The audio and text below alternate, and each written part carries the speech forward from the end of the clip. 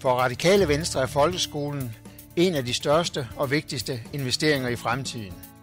Vi vil investere i en folkeskole for alle.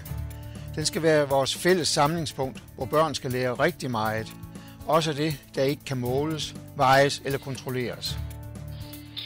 Radikale Venstre tror på lærerne og på deres faglighed. Vi ønsker at give dem frihed, og vi ønsker, at de får arbejdsro til at udføre deres opgaver. Vi vil satse massivt på efteruddannelse som et alternativ til kontrol og bureaukrati. Eleverne bliver ikke bedre af, at deres lærere udfylder planer og rapporter. Derfor ønsker vi, at brug af elevplaner og kvalitetsrapporter reduceres eller afskaffes. Brug af nationale test skal være frivilligt. Det vil give mere tid til undervisning. Radikale Venstre ønsker at anvende de knappe offentlige midler på investeringer i skolen. IT skal være en naturlig del af hverdagen, fordi alle børn bliver stillet over for, at fremtiden er digital.